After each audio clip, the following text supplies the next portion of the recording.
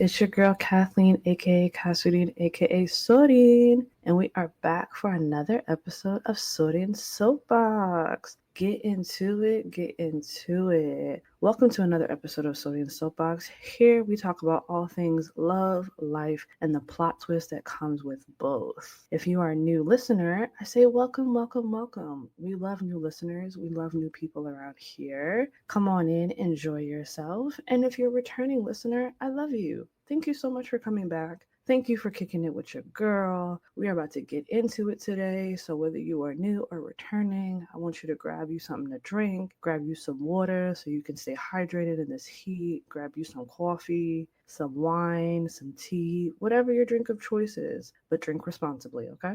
We are going to get into today's episode. So, first things first, I usually like to start off our episodes with what I call Sorin's life update, where I basically just talk about what's been going on for the past 2 weeks or since the last episode. And honestly, not much has been happening, if I'm being completely transparent. I've just been trying to stay in this house because this heat is unbearable. And it's sad for me because I love summertime. Summertime is probably my favorite season. Even though I am an October baby, I just love the summer. I love wearing sundresses and skirts and not having to worry about 50 million layers in the wintertime and feeling like I'm still cold to the bone. I enjoy the summer. But I think this is my last summer saying that. Yeah, maybe it's because it's landlocked. I don't live close to a beach, and maybe that's why I feel like this summer has been insufferable. And maybe I'd feel differently if I went to a Caribbean island or somewhere like that, whether I went to Antigua or Jamaica or Turks and Caicos, maybe I'd feel a little different about the summer. But if I'm being honest, I think I'm over the summer, which is sad for me to say because, again, I love the summer. I think I'm ready to be a spring and fall girly. My only issue, especially with the spring, is that it feels like winter 2.0. Like, spring don't know if it want to be hot or cold, and that be pissing me off. But so far, I remember last year, the fall here was still pretty warm, just not summertime warm. So I think I could get behind the fall, but I think this is my last summer because, child, it being 107, 109 degrees, 102, and I have to go outside and be an adult. Those two things do not go together. So the summer's been pissing me off. Like, this is the type of summer you want to fight somebody in. But either way, I've just been trying to stay cool, stay in the house, and go outside unless it's absolutely necessary. But yeah, other than that, I don't really have much going on these past 2 weeks. School has started, so I've been in and out of this classrooms these past couple of weeks, but it's pretty much like the beginning of school type stuff. So learning the syllabus, get to know your classmates, that type of stuff. So it's nothing real serious if I'm being honest. But yeah, that's pretty much been the past 2 weeks that I've been since the last time I came on here. So yeah, we can just wrap up Sonia's life update. But I'd love to know, for any of my listeners, how has your August been so far?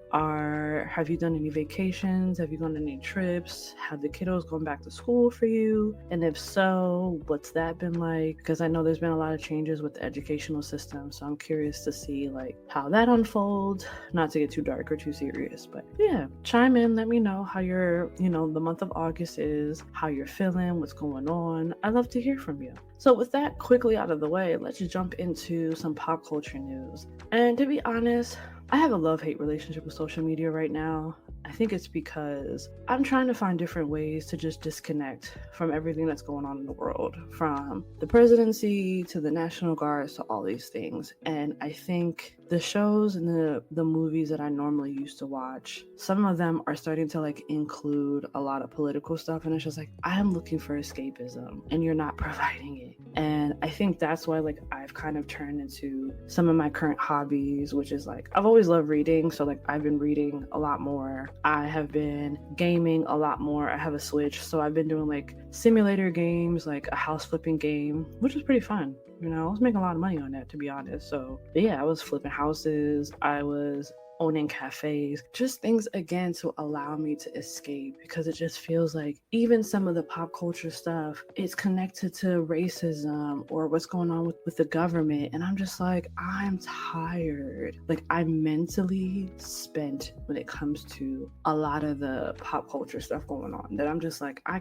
honestly can't be bothered. And so yeah, sometimes I'm scrolling through TikTok or Instagram and I see someone's like, oh, people are acting like this, or people talking about this, and I'm just like, I don't care.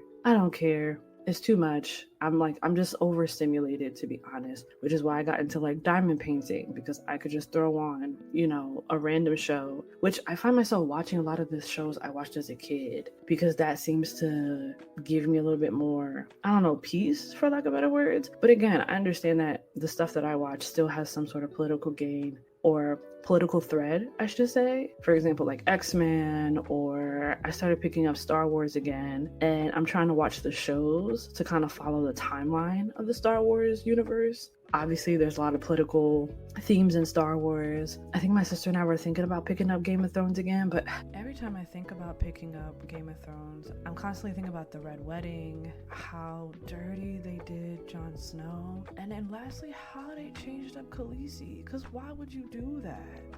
Yeah, so it's just between those three, the Red Wedding, Jon Snow, and Khaleesi. I just don't know if I could pick the show back up again, if I'm honest. As if I've never seen it before.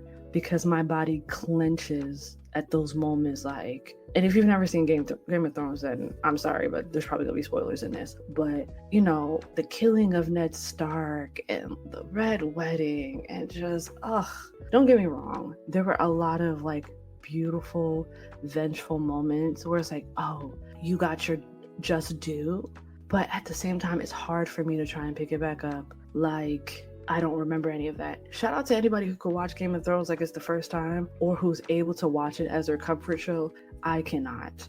But then again, I'm no better. I'm the girl whose her nostalgia shows are like CSI and Criminal Minds.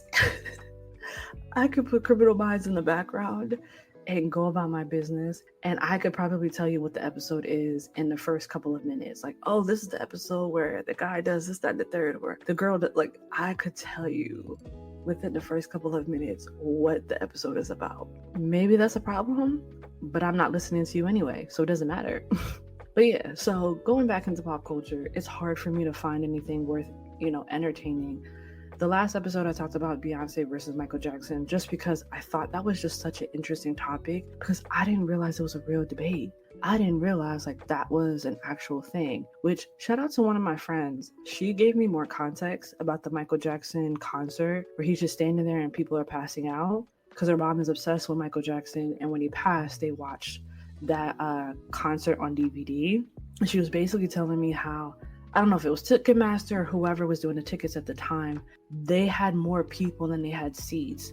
So because people were so like packed in that stadium like sardines, I'm sure people were passing out because of Michael Jackson, but she did indicate like that room was hot, there's bodies on top of bodies, and that people just passed out due to heat exhaustion and everything else. So I thought that was an interesting take on that, because I've never seen the full concert at all. So I appreciate the fact that she gave me context to why people were passing out. Yes, some people were obviously passing out because of Michael Jackson, but I think in the screaming and the yelling and the jumping up and down, they became, dehydrated and experienced heat exhaustion that caused people to pass out.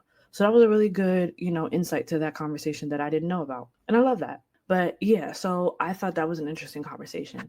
I think if I'm going to talk about anything pop culture, is the Black Scottish and Black American conversation that's been happening and finding our Scottish cousins. And I just love the solidarity and the unity that's happening, where it's just like, I saw that apparently people here in America are planning to make a trip to Glasgow in August of 2026 to have like a cousins reunion, a cousins get together.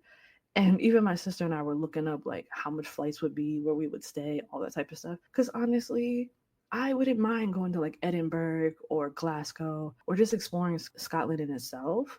I'm someone who wants to travel. I've always wanted to go to Ireland because, again, there's a Black community in Ireland. I've always wanted to go to Portugal, Spain, Greece, all of these things. And I love the conversation that's happening around like exploring and finding our Black Scottish cousins, because obviously we know there's Black people everywhere. There is Black people everywhere. I think it's the fact that we've never seen Black Scottish people on our television. Now, my sister, she watches Love Island UK and some other UK shows, so she's come across them already, so she's not taken aback and surprised. But I imagine that's a small niche of people who watch shows like Love Island UK and have experienced that already, that they're not taken aback. But for the general populace of us Black people, I think seeing a black sky just completely blew our minds in a way like, wait, of course there's Black people in Scotland. I saw something else where it was like, oh, we can't wait for the Black Americans to discover the Black Italians. And I'm like, y'all need to jump on this. Like, we need to make this a tour, okay? First stop is Scotland, next stop is Italy. Shoot, like let's go to all the places that the Black people are, and we can come together and have like a nice little kickback. Like that's what I'm looking for. I would love to see an international kickback of Black people just getting together, and then the final destination is we all come together for Dirty December in Nigeria or Ghana, because 9 times out of 10 that's where we all came from anyway. I would love to see something like that. Like Black people really pull their money together and we take these international trips and see where our cousins and our family members are from, and then we all go back to the motherland for one big hurrah, aka Dirty December, and just celebrate. Listen, if somebody puts that together, sign me up, okay? Sign me up. But anyways, yeah, I thought that was just really cool to see the different cultures, and for a lot of the Black Scottish content creators to come on and show us a day in a life, that they have beauty supply stores, they have Black owned businesses. A lot of them eat Caribbean and African foods because there tends to be a very large population of them, that they, you know, they got drip, they got swag, their styles, their dress. Like I seen one girl, she was showing her nails. I was like, let's go. Like, this is the conversation I want. This is where I want to be. I don't want to be in all that other stuff. Like, don't get me wrong. I know I can't escape the realities of the world we're living in, but I just want to regress to my childhood for just a little bit, where I could just make her happy. I can buy all the things that I wanted when I was a kid. Like, I feel like this is the millennial midlife crisis, right? Is like, we're buying up Funko Pops, we're buying Labubus, we're playing games, we're dressing up in cosplay. All the things that just make us happy while the world is falling apart. Because let's be honest, we have been through multiple end of the world situations. Depending on how old you were there for Columbine, you were there for, I think it was Virginia Tech, you were there for the 9/11, you were there for the anthrax, you were here for COVID, you were here for just all of the Armageddon moments in this life.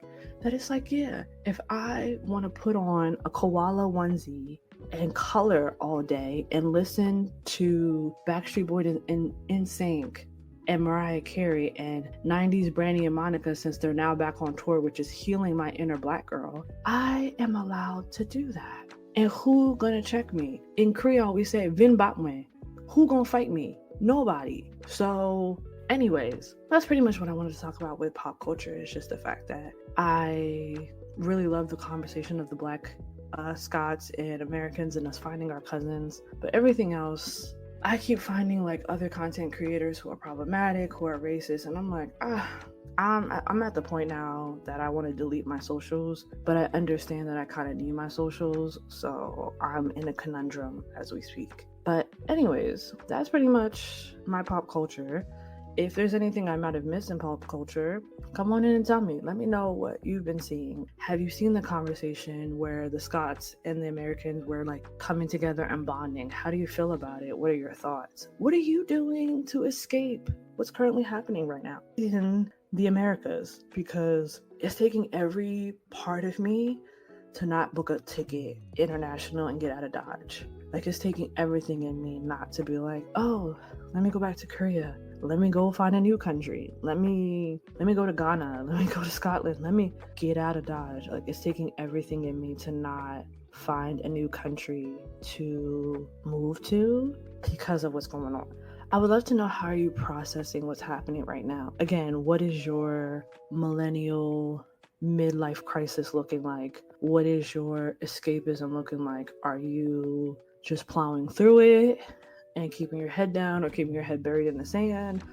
Are you finding other hobbies that maybe you really enjoyed as a kid and you're picking them back up? I'm curious to know what you're doing to kind of get through this. So yeah, make sure you hit me up in the comments, hit me up on my socials, let me know how that is working out for you. All right, and so now we are going to get to the bulk of today's episode, which, if you've noticed by the title, I've called this episode When Good Girls Grieve. And I want to take my time to really unpack this topic and dive into it with you guys. So if you notice that maybe I'm slowing how I speak, it's because I understand how sensitive this topic can be and how approaching this topic could either make or break people. And maybe for some people, they don't think that, but I think once I start to kind of unpack this, I hope you can hear my heart on this and know that I'm trying to tread very lightly in this conversation, not because I'm afraid or anything like that, but I just want to be very gentle, very empathetic, and very understanding as someone who's also kind of who's gone through this and still going through what it feels like to grieve as a quote unquote good girl. And for when I use terms like good girls, good guys, bad guys, I'm using air quotes. So just know that just because I think it's kind of hard to create an absolute when we're describing people. Yes, you may have certain attributes that are indicative of being good or indicative of being bad according to society, but I don't want to use these absolute labels on people when we as a people are multifaceted and we have layers. And so to just dub something as good or dub something as bad feels kind of diminishing and simplistic.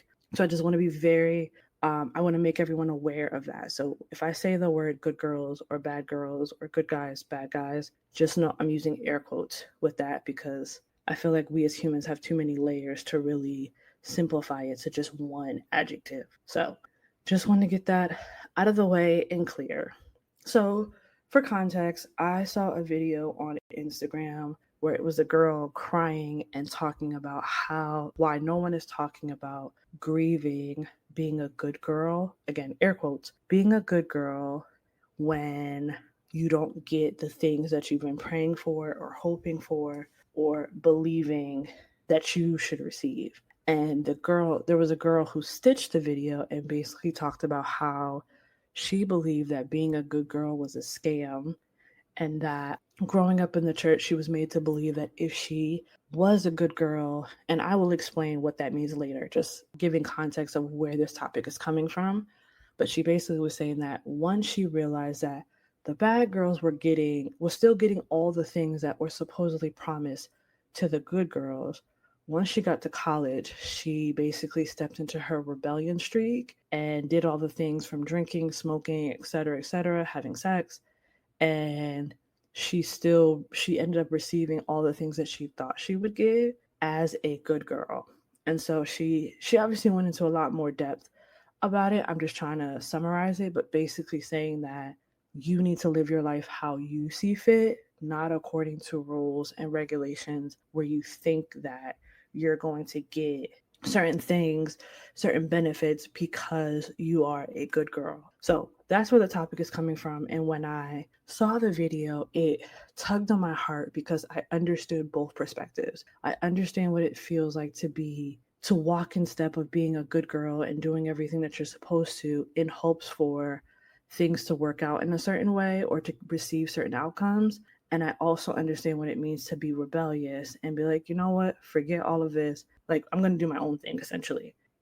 And so today I want to unpack the idea of what it looks like when a good girl grieves, but also ask the question, do you think being a good girl is a scam? Is this a scheme that Todd set up to hit us with the BS? That's the question I want to lead with is being a good girl a scam? Is this a scheme that Todd set up? And what does it look like to grieve as a good girl? So again, I'm just being very intentional about my words. So if I'm, again, speaking slower, it's because I don't want to bulldoze through this topic and through this conversation because I understand there's a lot of nuance and layers to being a good girl or being a bad girl or good guy, bad guy that I don't want to dismiss. I want to hold space for that. I want to be compassionate. I want to be empathetic about.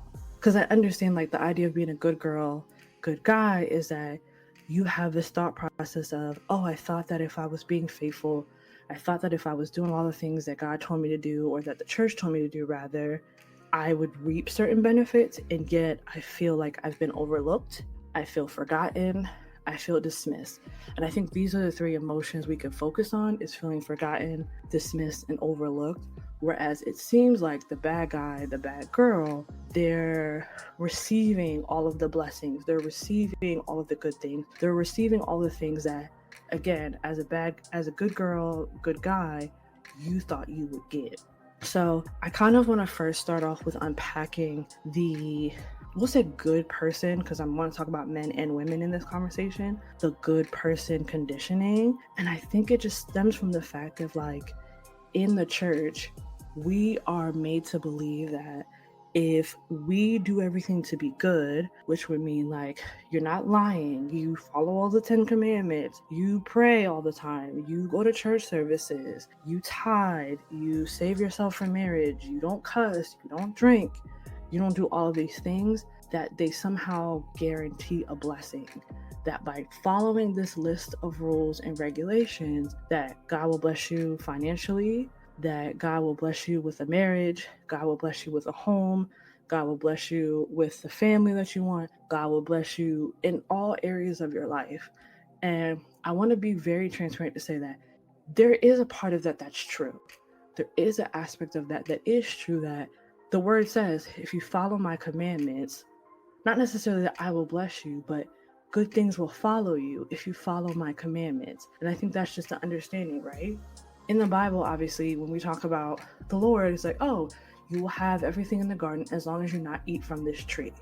And then what happens? We eat from the tree, and now all of these bad consequences, aka sin, came into the world. So there is a place where the logic makes sense. It's like, oh, had Adam and Eve not eaten from the tree, we wouldn't have received the bad consequences. Had they followed the rules, they would have been blessed. So I could see the correlation between the two of, you do good, you get good results. You do bad, you get bad results. But the question that we're looking into is, what happens when you do bad, but you get good consequences? And then if you do good, you get bad consequences.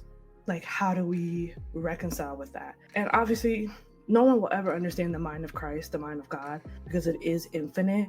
But I think there are certain aspects of it that we can come to terms with, we can be peaceful with. Because it's like, in the church, we're hearing the message of, like, oh, if you save yourself, God will send you a husband or a wife. Or if you're patient, God will reward you with the job and the finances and this and the third. These are the messagings that we hear and that are ingrained in us from the time we are a child, that naturally you're assuming that if I walk this out the way that God told me to, or as the church told me, I will receive the things that the Bible says I should receive. But I think the problem that we're running into is that you hear all the time people say Christianity is not about religion, it's about relationship.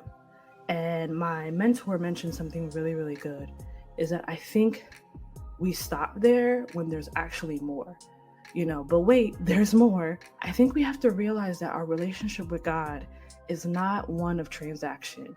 And I think that's where the good person, bad person conversation comes into play, is the assumption.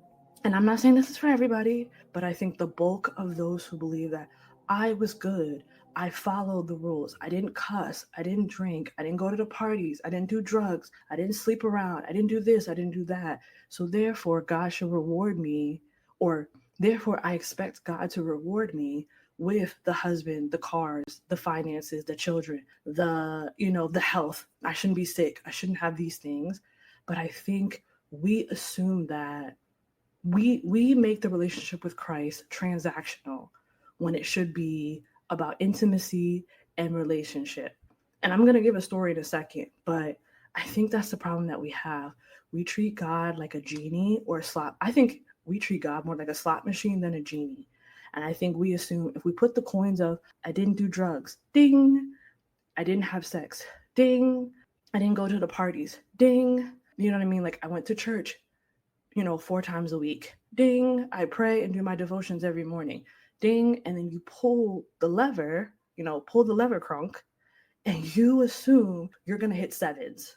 You assume that you're going to receive an outpouring of all those blessings that I talked about. And the reality is, God is not a slot machine. I think we forget that our obedience isn't about outcome. It's not about what comes out. It's about having an intimacy and alignment with God. It's about having our heart posture directed towards Him so that we are attuned to Him. Because the reality is, whether we are good or bad, God doesn't owe us anything. Now, because He is a good God, and that I'm not using air quotes, I'm using that as a definitive, because He is a good God, He wants to give us good gifts. Because it talks about it in the Bible. It says, what kind of father, if you ask for bread, he would give you a stone? If you ask for one thing, they give you a scorpion. That's not a good father who gives good gifts. And throughout the Bible, we see a story of a good God who wants to bless us and wants to do good things for us. It even says in Jeremiah, for I know the plans that I have for you, to prosper you and not to harm you. It's within God's power to want to give you good gifts and give you good things. But that's not indicative of because you've been good, you're now owed something. That's not true. Because if we were going to say that, why is someone like Jesus, who came to this earth, who was good, and the full definition of good, received all the bad consequences of sins that should have been ours to take? Because if we're going to talk about being good in one way versus bad, then Jesus shouldn't have suffered the bad consequences that he did because he was a good person. He walked this earth and did not sin. And that's the caliber. If he was good and he walked this earth and did and experienced all the bad, then who are we who are sinners to say, I've been good, I am owed X, Y, and Z? We're not. We're not owed anything, but it's because of God's grace and mercy that he decides to give us good gifts because he's a good father. And I know for some of us who don't have good relationships with our fathers or our parents have a hard time understanding that and grasping that. But the idea is he is a good God. He wants to give us good gifts. But that doesn't mean that if you follow certain rules, that automatically means you'll get something good out of it. Because that's not how life works. That's not how life works. The idea is that we are to shape our desires in alignment with what God wants and not have a mentality like an entitlement mentality. That's really what it is at the end of the day. I've been good, so I'm entitled to these good blessings. These people are bad. They're not doing what they're supposed to, and therefore they shouldn't receive good gifts. But the Bible even talks about that he is not a respecter of persons and that God doesn't look like the outward appearance, he looks at the heart. So what we may deem as someone who's bad receiving good gifts, we don't actually know the full scope of this person. We don't know the full range of this person. We don't know what they've experienced. We don't know what their trials are. We don't know what their tribulations are. We don't know what their relationship is. We don't know anything. So to label somebody without proper context, to say these people are bad and yet they're reaping good benefits, it's limiting. It's limiting for a lack of better words. And I think we have a tendency to see these bad people on social media and we're just getting highlight reels of their relationship or their life rather. We're not getting the full story. And I think we're also leaving out context in that some, I'm going to say men and women, sometimes they just reject the rules. Maybe it's from a place of rebellion. Maybe it's from a place of survival or trauma or exhaustion because like, I'm tired of carrying this load on my back. I'm just going to do what I want to do. I'm just going to do me. And I could understand that as someone who was a pastor's kid and the eldest daughter to immigrants, there was a certain image I needed to uphold. I needed to look like the pastor's kid. I needed to be the good girl to get the good grades and do all these things. But then it ended up making me a people pleaser. And I self-abandoned what I actually wanted and what I actually desired in certain circumstances because I just wanted to appeal to the masses. I didn't want to show that there was cracks in my, in my facade. I was sending a good girl representative where it's like, I don't think this actually aligns with who I am. And to be honest, like even the good girls, you might not be drinking or going to parties and stuff like that. But if you're gossiping, if you're jealous of other people, if you're envious, if you're, as the Bible says, backbiting, none of this is considered good behavior. And so I think, again, the word good and bad is so limiting because there's no nuance to it. Because, like, are you good 365, 366 on a leap year, 24/7? You don't have any bad moment? You don't have any bad time? Like, are you really considered good all the time? The only time humanity was considered good is when God created us and said, it is good. Once sin came into the world, there's nothing good about any of us if we're being transparent. And that's not to shade anybody, that's not to shame anyone. It's just the reality is that Jesus came so that we could be good in his eyes because his blood washed over us. And I'm not trying to get preachy, but I think saying as a good girl, I should have received this and the third, according to what? According to what? Because now I'm having to question, is your relationship with God out of sincerity because you love him? Because he saved you? Because he saved your heart? He saved your mind? He saved your soul? Or is it because you have a relationship with God that's transactional, that you're hoping that, oh, if I love God, I won't go to hell like everybody else. If I love God, I'll get a husband. If I love God, I'll get a wife. If I love God, I'm going to get this, I'm going to be wealthy. If I love God, I'm going to get X, Y, and Z. And that's not how none of this works.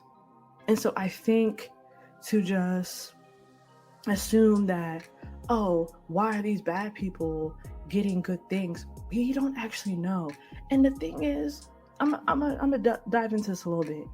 We don't know what cost people paid to get the quote unquote good things.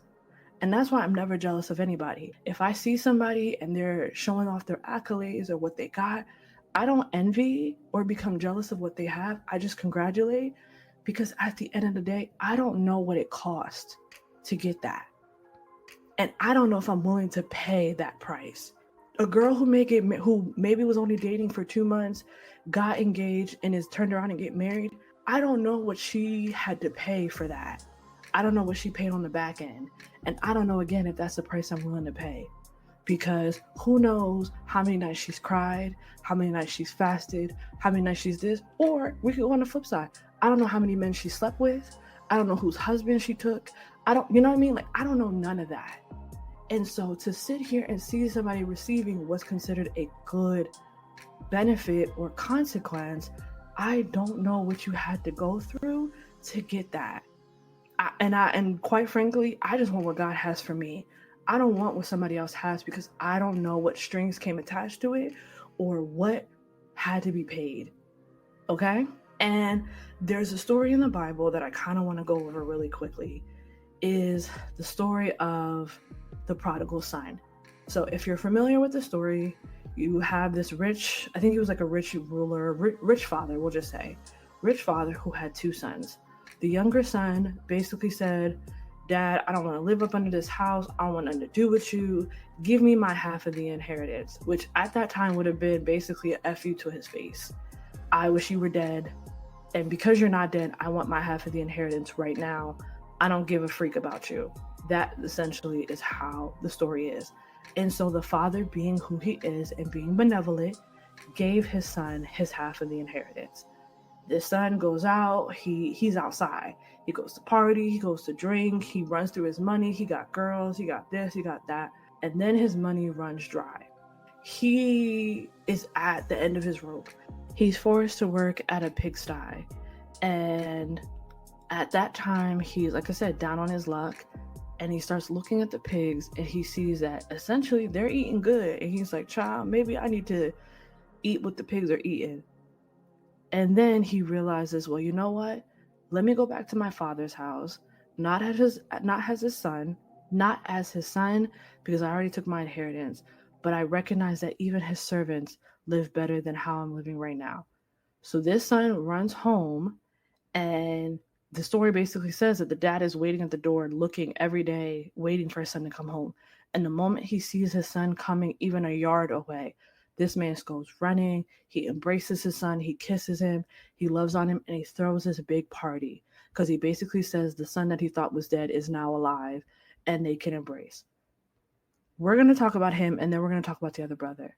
In this situation, the younger brother or the younger son would be considered the bad guy because you took your inheritance, you ran through it, you ran through the six with your woes, you did all hood rat things with your hood rat friends, and then decided to come back. And then here you are, you come into the house, and basically none of that matters. You're still welcomed into the fold as a son, you're still loved on, you're still cared on. He's considered the bad guy. But then there's the older son who never left, who followed all the rules, who did everything that his father told him to do, who cleaned up after himself, who did yard work, who did everything. He looks at the younger son with envy and bitterness and resentment. And he doesn't want to be a part of the party because he's sick to his stomach. And when the father asks him, "How come you're not joining?" he says, "I have never left. I've done everything that you've asked me to do. I've done everything that I was supposed to do. And not once did you ever throw me a party. Not once did you ever give me, I think you said something like a young goat or something, so I could go kill and have a feast and do things with my friends. Not once." And he walks off angry. That son was considered the good son. And yet he had so much bitterness and anger in his heart towards the fact that the father did so much for the quote unquote bad son. When the reality is that good son could have always asked for a party. It's not like it wasn't available to him. He just didn't think to ask. He didn't think to just be honest and say, "Hey dad, can I have X, Y, and Z? I know my brother left and this, that, and the third, but I'd really love it if I could have a little get together with my friends." The older son, being good, assumed that the father would say no. And I think this is a very good example of how you have two people growing up in the same house with two different experiences. You have the quote unquote younger son who's the bad one, but receives all the good consequences, and the good son who had bitterness and hate and resentment in his heart, not receiving anything, receiving the bad consequences. And I think that's an important story to pay attention to because both sons were still loved by the father. Both sons were still loved, and both of them could ask anything of the father without receiving rejection. And I think that's an important story for us to really think about because there's no right or wrong in this story.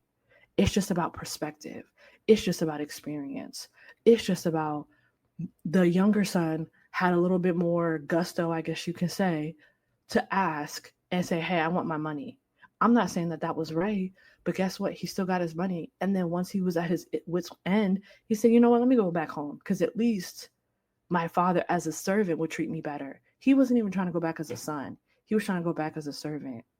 Meanwhile, the good son, the good girl, the good guy is sitting at home following all the rules, and you're mad because you didn't get the consequence. You didn't get anything. You didn't ask.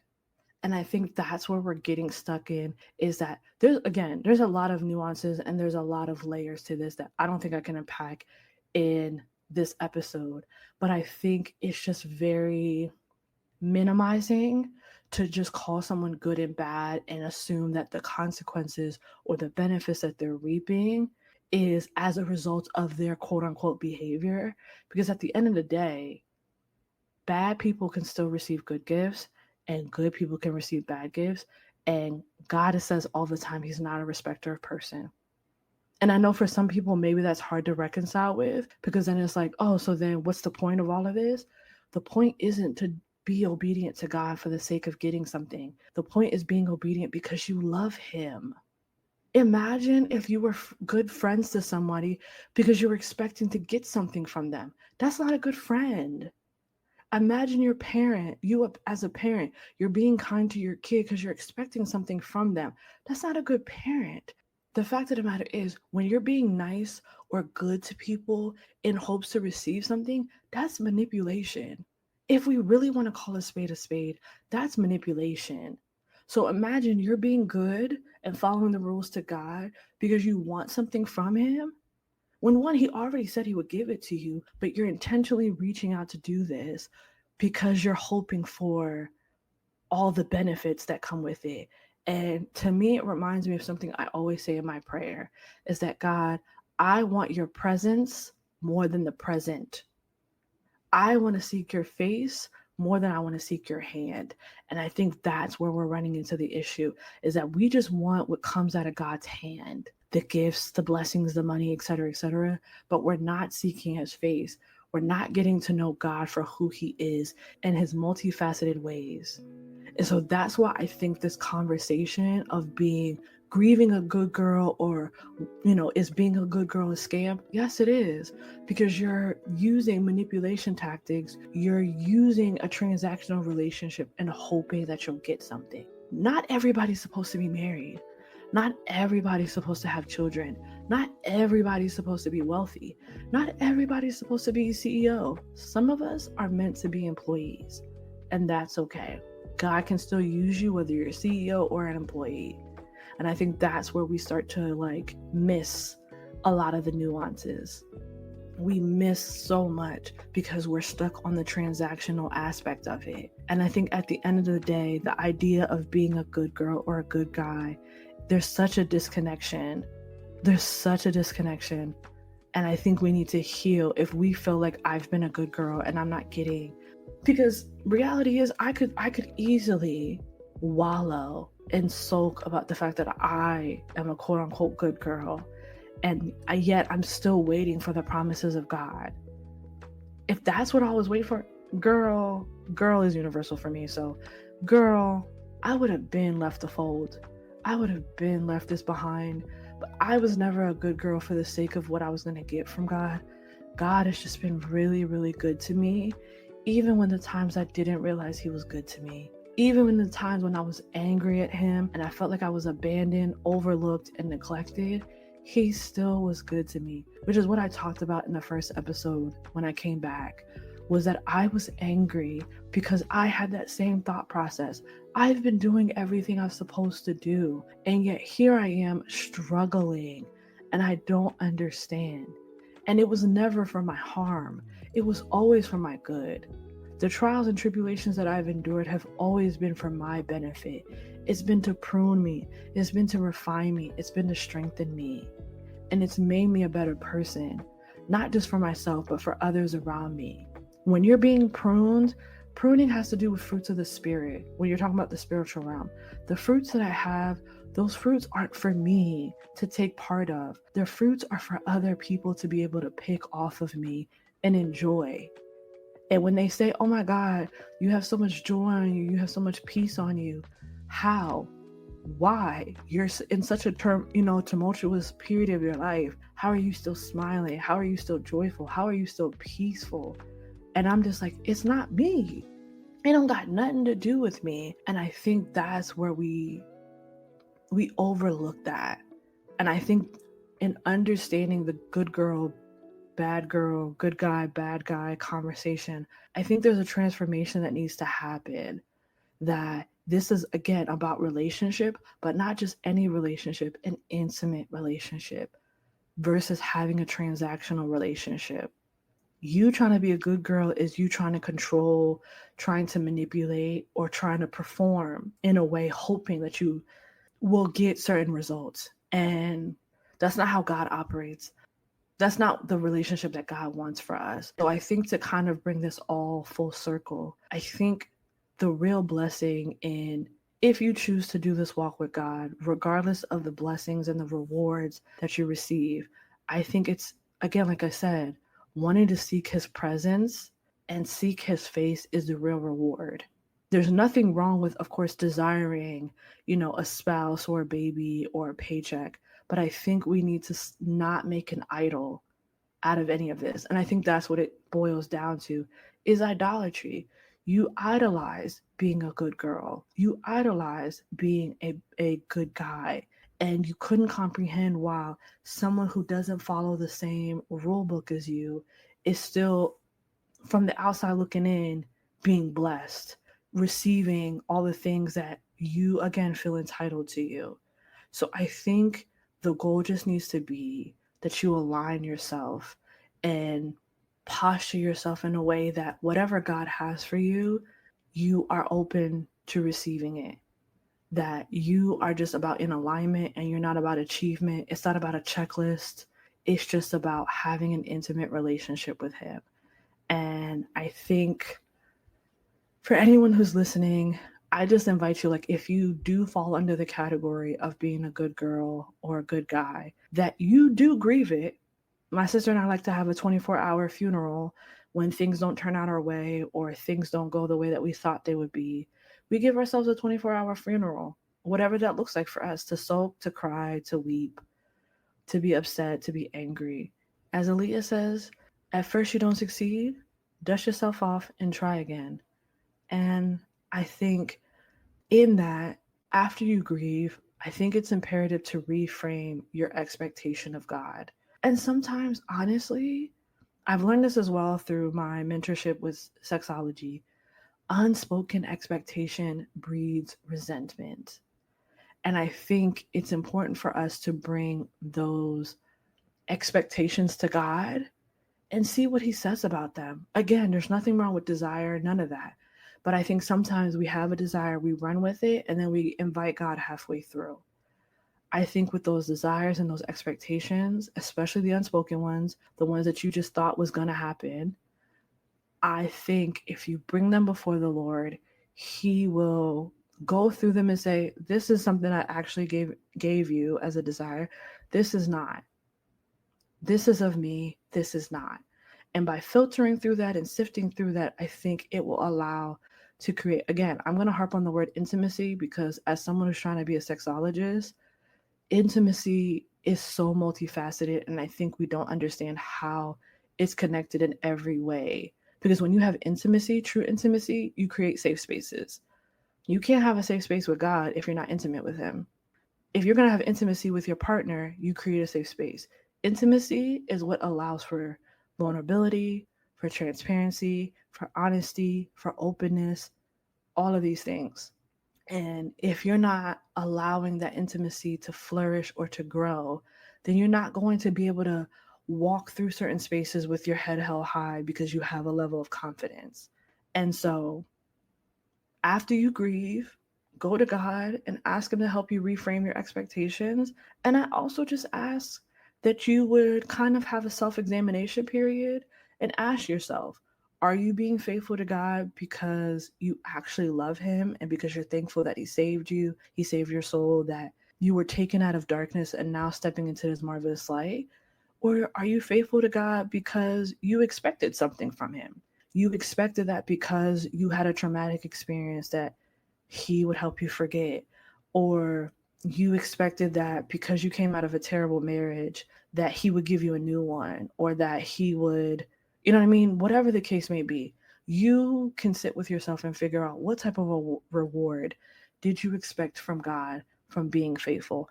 Are you just going to church because it's a checklist, or because you actually love him and you want to deepen your relationship with him? You want to curate that intimacy with him. These are questions that I want you to sit with yourself. So again, the homework is grieve for 24 hours. Have yourself a 24-hour funeral and then sit and give God those unspoken expectations. Next is to do a self-examination and figure out, why are you faithful to God? And then in all that, I want you to just remember a key thing is to remember that, just like I've had to tell myself, you're not behind, you're not broken, you're not bad for wondering if this being a good girl was a scam. God has not overlooked you, he's not dismissed you, and he hasn't forgotten you. There is a deeper story unfolding, but you have to trust him with the process to believe that. And so with that, I'm going to wrap up. I hope that you guys, I know I say this every time, but I mean this with sincerity. I hope you guys hear my heart when I talk about this, because the moment I heard the story about the good girl and grieving, it broke my heart. Because again, I am a product of that. I know what it's like to feel like you follow the rules and then you think by a certain age you'll have had everything that you're supposed to have, that you'd be retired by 35, that you would have been married by 30, that you would have kids by 25, that you would have, I know I'm just throwing numbers out there, but you expected that God would have followed a certain timeline. And I think that is where we make the mistake, is that we put God on a timeline and expect him to follow it. And when he doesn't, we are disappointed when we never submitted that timeline to him first to find out if it was actually in line with him. Because the Bible does also say his ways are not our ways, he doesn't operate in the same time as us. So if you've had a timeline in your head and how everything is supposed to unfold and it hasn't unfolded that way, you're now sitting in resentment. That goes again with the unspoken expectation. You had a timeline that you thought God was going to follow and then he didn't. Because one thing I know about God, if you tell him you want something by a certain time, he's going to be like, psych. So I really hope that in me having this conversation, whether you fall in the category of good girl, good guy, or bad girl, bad guy, which again, I hate those phrasing because it's absolute and I don't think it leaves room for nuance or context. But if should you fall under one of those categories, I think really take the time to sit with yourself. Are you a bad guy, bad girl because you're rebelling or you've been hurt or you've been traumatized, or because you thought that being good was such a scam, you decided to overcorrect and go completely to the left? And even with that, I would implore you to grieve that hurt and pain. Sit with yourself and figure out what those unspoken expectations were and do everything that I said for someone who considered themselves good. I'm asking you to do some introspection to figure out why you feel one way or the other about this topic. And I'd love for you to share with me your thoughts. Again, I wanted to be very intentional about my words and what I said. So if it seems like I was slowing down my speech, it's just because I don't want to speak out of terms. Yes, a lot of times I give my opinions on things, but when it comes to these types of topics that I understand it's a heart issue, I want to be gentle. I want to be kind.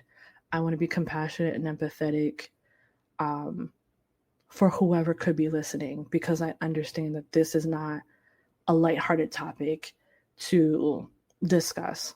But yeah, I would love for you to comment. Let me know your thoughts. Let me know your feelings. Let me know your emotions when it comes to this. What are you feeling? What comes up for you? Is it anger? Is it fear? Is it resentment? Is it frustration? Is it sadness? All of these emotions are information. I would love for you to tell me what the source of that information is, what's bringing that up. But yeah, with that, I am going to wrap up today's episode. Once again, I thank you so much for taking your time to listen to me and checking out Sorin's Soapbox. If you want to follow me, I'm currently on Instagram, and I have to figure out what I'm doing with my TikTok. But for now, Instagram is where you can mainly find me. I really need to take the time to actually just set up my social media in a way that's cohesive. But for now, you can follow me on Instagram at Kathleen Tanya _. That's KATHLEENTANIA _ and come chat with me, come talk to me. Let me know your thoughts and feelings in regards to everything we talked about today. I'd love to know how the month of August has been going for you so far. I'd love your thoughts on us finding our cousins in Scotland and what's that like. I'd also love to know what your millennial midlife crisis is looking like. What are the hobbies, activities, and things that you're essentially clinging to as your escapism? And lastly, I would love your thoughts and feelings on the topic of being a good girl or a good guy versus being a bad girl, bad guy, and how you stand on that. So, with that being said, I will see you guys next time. And until then, your girl is off her soapbox. See ya.